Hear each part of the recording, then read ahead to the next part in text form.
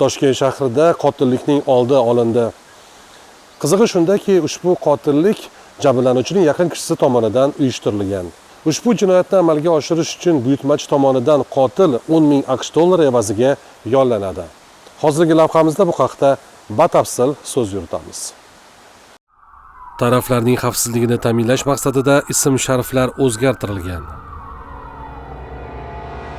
1985-yilda Toshkent viloyatida tug'ilgan, millati o'zbek, oilali, O'lmas ismli fuqaro qotil sifatida Ahmad ismli fuqaroni yollaydi.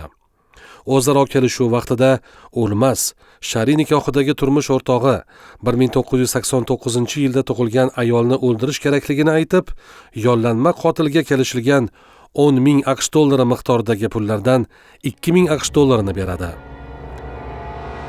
Ish to'liq amalga oshganidan so'ng, ya'ni ayol o'ldirilgach, qolgan pullarni berishni va'da qiladi.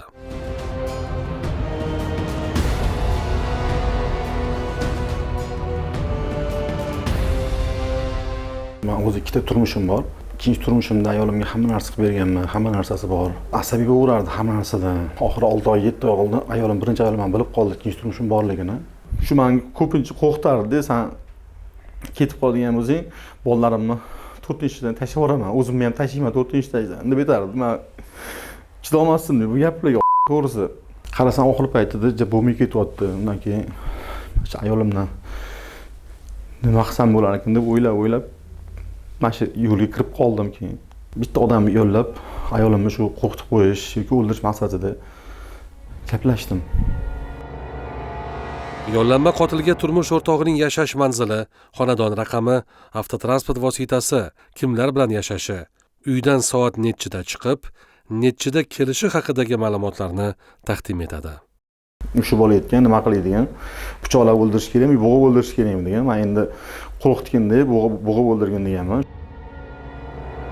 Oradan hech qancha vaqt o'tmay buyurtma bajarildi. Erning maqsadi amalga oshdi.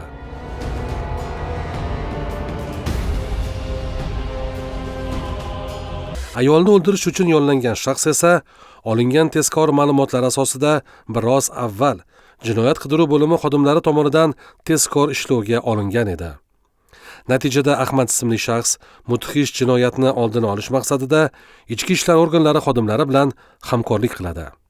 Shundan so'ng 2026-yilning 20-aprel kuni o'tkazilgan tezkor tadbir davomida Ahmad ismli fuqaro O'lmas bilan ko'rishib, unga turmush o'rtog'ini o'ldirganligi haqida xabarni yetkazadi.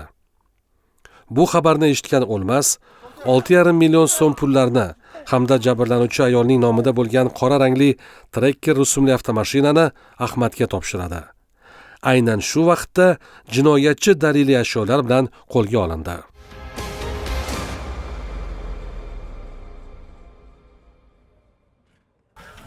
Bo'ldimi? O'xshadimi? Hammasi joyida. Hozirda mazkur holat yuzasidan tuman prokuraturasi tomonidan gumonlanuvchiga nisbatan O'zbekiston Respublikasi Jinoyat kodeksining 97-moddasi bilan jinoyat ishi qo'zg'atilgan. Qamoq ehtiyot chorasi qo'llanilgan. Tergov harakatlari davom etmoqda. Xodimlarga rahmat, shunchalik uni tirik olib qolish payida bo'lish rahmat kattakon ularga. O'zi o'lganda ham taom bo'ldim, ertaga vijdon azobida o'lib ketaman, mana nima bo'laman deb rosa qiynaldim. Rosa qiyin bo'lar ekan. Men hech qachon ikkinchi ayol, uchinchi ayolga o'ylamaylar. Birinchi ayollar qadriga yetinglar, oxirigacha yashaylar shu odam bilan. Men pushaymonman. Bu yo'lga men kirib qolganimdan men pushaymonman. Yomon ish qildim. Juda ham hammani yuzini yerga qaratdim. Rosa ham sharmanda bo'ldim. Bunday jinoyatni sodir etishni ko'zlagan shaxslar o'zlarini bir qadam oldindaman deb o'ylaydilar. Ammo ular qattiq adashadilar. Chunki ichki ishlar organlari xodimlari doimo hushyor va sergak. Ular jinoyatchilarning g'arazli niyatini o'z vaqtida, zarur hollarda esa oldindan aniqlab, og'ir jinoyat sodir etilishiga yo'l qo'ymaydi.